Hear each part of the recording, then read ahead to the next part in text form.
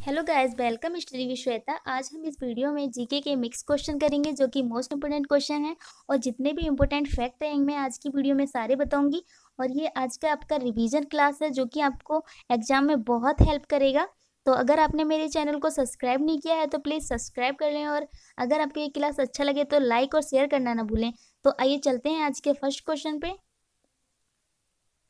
भारत में home rule आंदोलन का मुख्य संस्थापक कौन था या थी है? तो ऑप्शन ए है गोपाल कृष्ण गोखले, ऑप्शन बी है एनी बेसेंट, ऑप्शन सी है जवाहरलाल नेहरू, ऑप्शन डी है सुरेंद्र नाथ बनर्जी।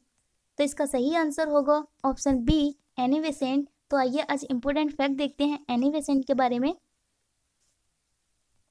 तो ये एनी बेसेंट है। एनी बेसेंट का जन्म जो है वो 1 अक्टूबर सन 1847 में लंदन में हुआ था और इनकी डेथ कब हुई थी? 20 सितंबर सन 1933 में मद्रास में हुई थी। और ये 85 ईयर्स की हो चुकी थी जब इनकी डेथ हुई थी। काफ़ी फेमस वुमेन थी ये, इन्होंने इंडिया के लिए बहुत कुछ किया था। तो आइए नेक्स्ट क्वेश्चन देखते हैं। रानी झांसी मेरठ राष्ट्रीय पार्क किस राज्य में है? इसका ऑप्शन ए है अंडमान निकोबार, ऑप्शन बी है मध्य प्रदेश, ऑप्शन सी है गुजरात, ऑप्शन डी है महाराष्ट्र।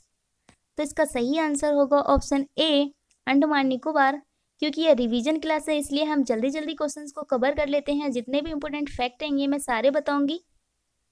अंडमान निकोबार का गठन जो है 1 नवंबर सन 1956 में हुआ था और इसकी राजधानी पोर्ट ब्लेयर है। यहाँ की जनसंख्या कितनी है? 3,80,581 यहाँ की जनसंख्या है, जो कि काफ़ी कम है। यहाँ की राज्य भाषा जो है हिंदी और अंग्रेजी दोनों ही हैं। उपराज्यपाल हैं यहाँ के एडमिरल देवेंद्र कुमार जोशी। और लिंगानुपात कितना है यहाँ पे? प्रति 1000 पर 878 महिलाएं हैं। प्रति 1000 पुरुष पर 878 महिलाएं हैं, जो कि काफ़ी कम है। तो आइए नेक्स्ट क्वेश्चन देखते हैं। अगर आपको आज का क्लास अच्छा लगे तो प्लीज़ कमेंट बॉक्स में ज़रूर बताएं, और मैं इसमें क्या अच्छा कर सकती हूँ इम्प्रूव करने के लिए वो भी आप मुझे कमेंट बॉक्स में बता सकते हैं। बेनगंगा नदी किस नदी की सहायक नदी है? आपको बताना है। ऑप्शन ए है कावेरी नदी, ऑप्शन बी है गंगा, ऑप्शन सी है कृष्णा, ऑप्शन डी है गोदावरी। बेनगंगा नदी किस नदी की सहायक नदी है? तो ये गोदावरी की सहायक नदी है। आइए गोदावरी के कुछ फैक्ट देखते हैं। गोदावरी नदी को दक्षिण गंगा भी कहा जाता है। और ये गोदावरी जो नदी है वो महाराष्ट्र के नासिक जिले से निकलकर बंगाल की खाड़ी में जाती है। गोदावरी नदी की जो लंबाई है 1465 किलोमीटर है, जो कि मोस्ट इंपोर्टेंट है। कभी कभी क्वेश्चन में लंबाई ही पूछ लेते हैं, तो आप इसे भी याद रखिएगा। आइए नेक्स्ट क्वेश्चन देखते हैं। चटुक जल विद्युत परियोजना किस नदी में स्थित है? ऑप्शन ए है कावेरी, ऑप्शन बी है रावी, ऑप्शन सी है सुरु, ऑप्शन डी है चिनाब। तो इसका सही आंसर होगा ऑप्शन सी सुरु। इंपोर्टेंट फैक्ट देखते हैं। सुरु नदी जो है वो जम्मू कश्मीर में स्थित है, जम्मू कश्मीर में ही के पास से बहती है। आइए नेक्स्ट क्वेश्चन देखते हैं। उत्तर प्रदेश के किस स्थान पर भारत और रूस के बीच इंद्र 2018 का आयोजन किया गया था? इंद्र जो है वो क्या है आपको बताना है। इंद्र 2018 का आयोजन कहाँ किया गया था? मतलब एक ये वो थी मीटिंग थी। तो यहाँ पे ऑप्शन ए है आगरा, ऑप्शन बी है झांसी, ऑप्शन सी है नोएडा, ऑप्शन डी है लखनऊ। तो आपको इसका सही आंसर बताना है। इसका सही आंसर होगा ऑप्शन बी झांसी। ये देखते हैं झांसी के बारे में कुछ। झांसी का जो है उपनाम क्या था? वीर भूमि था, और इसे बुंदेलखंड का हृदय के नाम से भी प्रसिद्ध था। मतलब ये तो यहाँ की जनसंख्या कितनी है? ये 5 लाख जनसंख्या थी। कितनी थी ये 5 लाख जनसंख्या? कब किसके अनुसार है? 2011 की जनगणना के अनुसार है। अभी कोई नया डाटा नहीं आया है।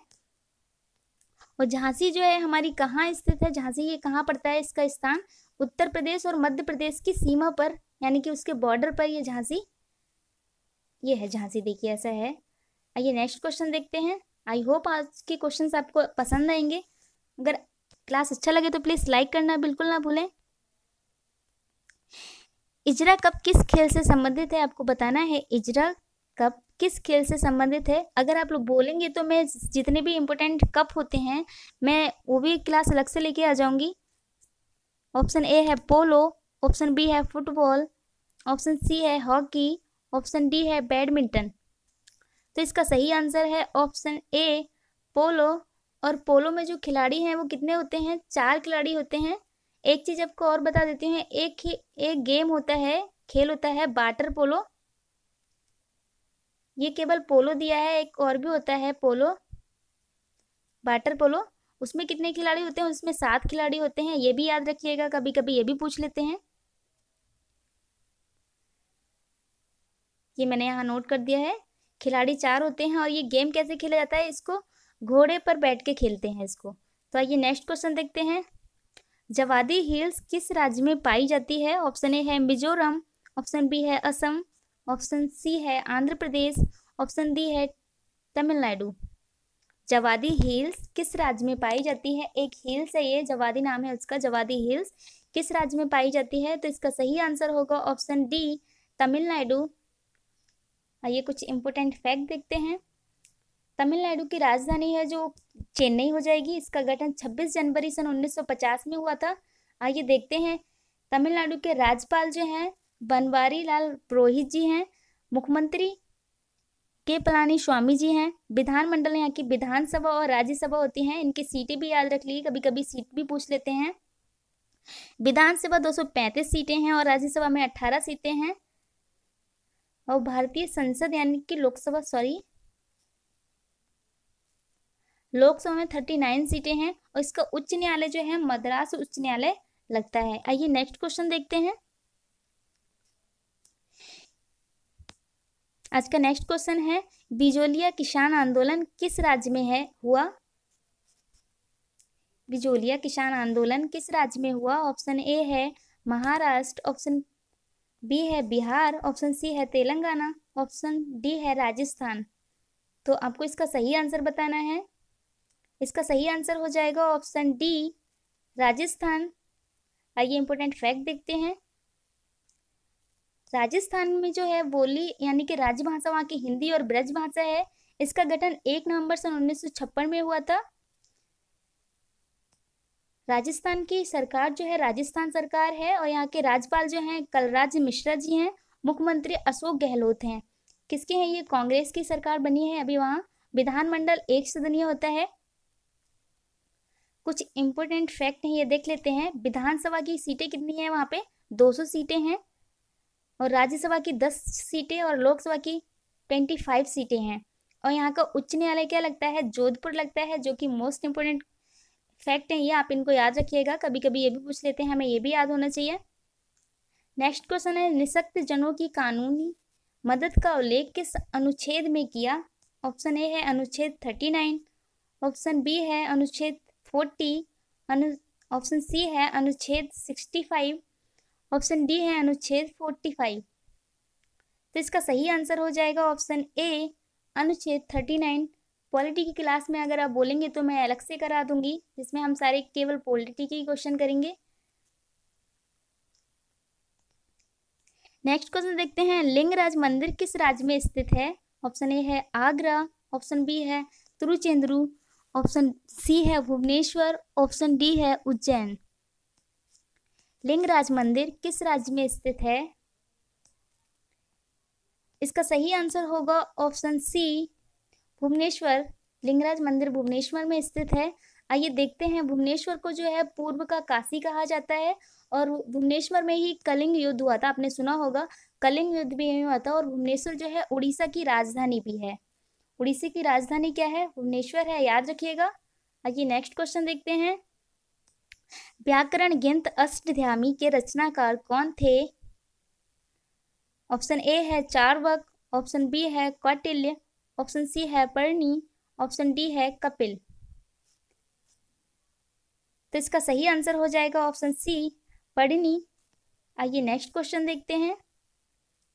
आई होप आपको आज के क्वेश्चन पसंद आएंगे और अगर अच्छा लगे क्लास तो लाइक करना ना भूलें। मुझे कमेंट बॉक्स में कमेंट करके ज़रूर बताएं कि आज का क्लास आपको कैसा लगा और कुछ इसमें ऐड करना है या नहीं। सांची का महान स्तूप है? ऑप्शन ए है उत्तर प्रदेश में, ऑप्शन बी है मध्य प्रदेश में, ऑप्शन सी है अरुणाचल प्रदेश, ऑप्शन डी आंध्र प्रदेश। सांची का महान स्तूप है कहाँ है, आपको बताना है। तो इसका सही आंसर हो जाएगा ऑप्शन बी, मध्य प्रदेश में स्थित है ये। इंपोर्टेंट फैक्ट देखते हैं, मध्य प्रदेश की राजधानी भोपाल हो जाएगी। और मध्य प्रदेश का सबसे बड़ा शहर कौन सा है, इंदौर हो जाएगा। और जनसंख्या इसकी 7 करोड़ से ज़्यादा है, मैंने एक्यूरेट नहीं लिखी है, एग्जैक्ट डाटा कुछ और होगा। तो ये 7 करोड़ से प्लस ही है यहाँ की जनसंख्या। यहाँ की राजभाषा जो है हिंदी और सिंधी और बुंदेली बोली जाती है। इसका गठन 1 नवंबर सन 1956 में हुआ था। आइए यहाँ के राज्यपाल देख लेते हैं। लालजी टंडन है मध्य प्रदेश के राज्यपाल, और मुख्यमंत्री जी शिवराज सिंह चौहान है, जो कि भाजपा की सरकार है वहाँ। अब विधानमंडल की बात कर लेते हैं। विधानसभा में 231 सीटें हैं, राज्यसभा में 12 सीटें हैं, लोकसभा में 29 सीटें हैं। और यहाँ का उच्च न्यायालय जो है मध्य प्रदेश उच्च न्यायालय जबलपुर में लगता है, इसको भी याद रखिएगा। ये नेक्स्ट क्वेश्चन देखते हैं। ब्रिटिश इंडिया के द्वारा निर्मित पहला किला निम्नलिखित में से कौन था। ब्रिटिश इंडिया के द्वारा आपको बताना है पहला किला जो था वो कौन सा था, आपको नाम बताना है।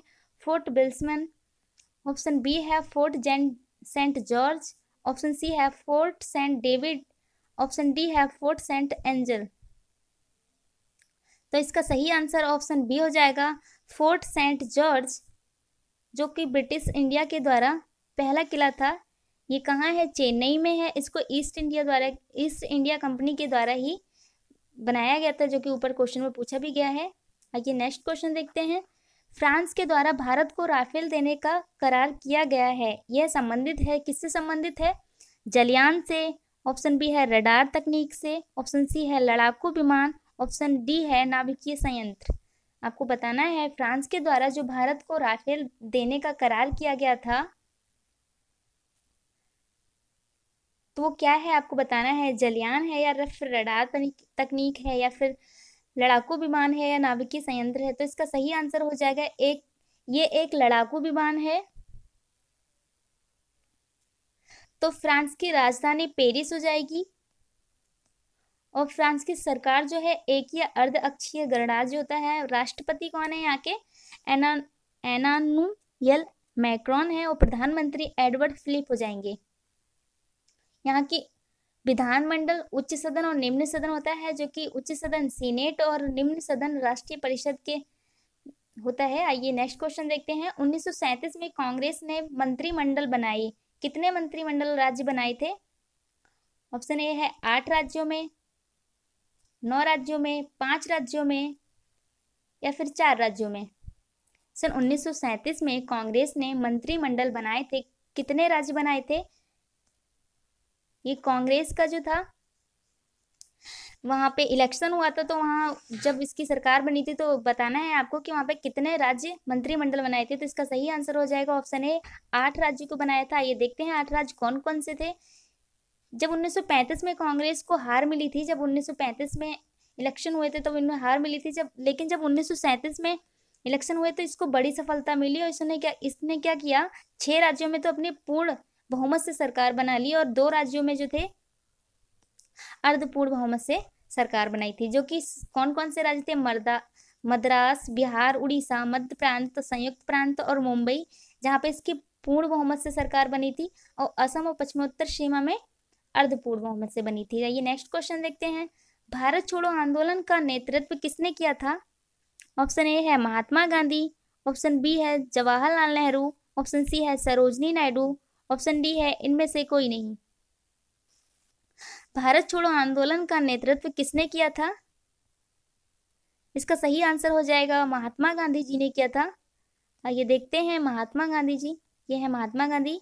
इनका जन्म जो है 2 अक्टूबर 1869 में पोरबंदर में हुआ था, और इनके बचपन का नाम मोहनदास करमचंद गांधी था। इनकी मृत्यु आप देख सकते हैं 30 जनवरी सन 1948 गांधी स्मृति जो कि दिल्ली में है यहाँ हुई थी। इन्होंने शिक्षा जो है यूनिवर्सिटी कॉलेज लंदन से प्राप्त की थी। और एक चीज और ये याद रखिएगा, कभी भी पूछ लेते हैं कि बापू की उपाधि इनको किसने दी थी। ये सुभाष चंद्र बोस ने दी थी, याद रखिएगा। आइए नेक्स्ट क्वेश्चन देखते हैं। जातक एक बौद्ध साहित्य है, तो ऑप्शन ए है बुद्ध के पूर्व जन्मों की कथाओं पर, तत्व माशा पर, या व्यवस्था के नियमों पर, या बुद्ध के उपदेशों पर। जातक एक बौद्ध साहित्य है, किस पर है ये? तो यह है बुद्ध के उपदेशों पर। तो ये बुद्ध के बारे में जान लेते हैं। बुद्ध के बारे में बहुत क्वेश्चन पूछे जाते हैं, आपको पता होना चाहिए। बुद्ध का जन्म जो है 563 ईस्वी में लुम्बिनी में हुआ था, जो कि नेपाल में है। इनकी मृत्यु कुशीनगर में भारत में हुई थी। ये कब कितने एज के हो गए थे? इनकी एज जो है 80 वर्ष के हो गए थे जब इनकी मृत्यु हुई थी। और बुद्ध की माता का नाम महामाया था और इनके पिता का नाम सुद्योधन था। तो इनकी माता की जो थी मृत्यु बचपन में ही हो गई थी। तो इनकी जो मौसी थी प्रजापति, इनकी मौसी, इनका लालन पालन जो था इनकी मौसी महाप्रजापति ने ही किया था। तो आइए नेक्स्ट देखते हैं। सॉरी, कुछ रह गया इसमें। तो यहाँ जो उपदेश थे, इन्होंने सबसे पहला उपदेश सारनाथ में दिया था और सबसे ज़्यादा उपदेश श्रावस्ती में दिए थे, ये भी याद रखिएगा। आइए नेक्स्ट देखते हैं। तो नेक्स्ट नहीं थे, इतने ही क्वेश्चन हैं आज इस क्लास में। तो आई होप आपको आज का क्लास बहुत अच्छा लगा होगा। तो प्लीज़ अगर आपको ये क्लास अच्छा लगा हो तो लाइक करना ना भूलें। आज का कुछ मोटिवेशन भी देख लेते हैं। आपकी समस्याएं आपको रुकने का संकेत नहीं देती, बल्कि वो लक्ष्य के रास्ते की मार्गदर्शक होती हैं।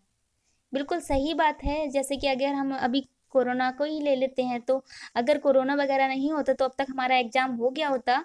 तो समस्याएं तो आती रहती हैं, कोई नहीं, अगर आ गई ये समस्या तो ये जो टाइम है उसमें और अच्छी तैयारी, अपनी प्रिपरेशन को स्ट्रॉन्ग कर सकते हैं। जिससे कि पहले अगर हो जाता तो हमें लगता कि पता नहीं हमारा होगा या नहीं होगा, बट अगर अब नेक्स्ट टाइम में एग्ज़ाम होगा तो हमारी प्रिपरेशन इतनी अच्छी हो जाएगी, मतलब आप लोगों की प्रिपरेशन, कि हमें पूरा विश्वास हो जाएगा कि हाँ, हमारा एग्ज़ाम क्लियर होना ही होना है।